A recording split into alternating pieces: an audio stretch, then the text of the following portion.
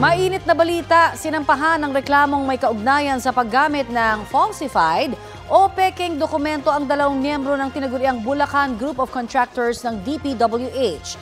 May ulat on the spot si Oscar Oida. Oscar?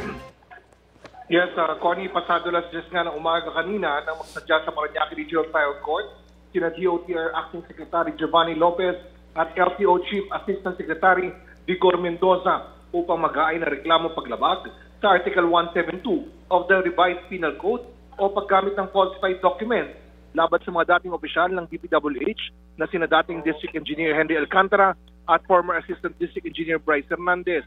Bunsod ito ng pag-amin ng dalawa ng paggamit ng peking lisensya sa kasino ng matanong sa pagdinig sa Senado. Bukod kina Alcantara at Hernandez, sasampahan din na reklamo ang iba pang miyembro ng tinaguriang BGC, Boys o Bulacan Group of Contractors.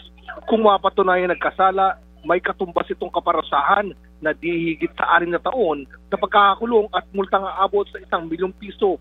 Iniimbestigahan na rin ang anggulo na ang mga peking lisensya ay ibinigay lang umano ng isang kasino.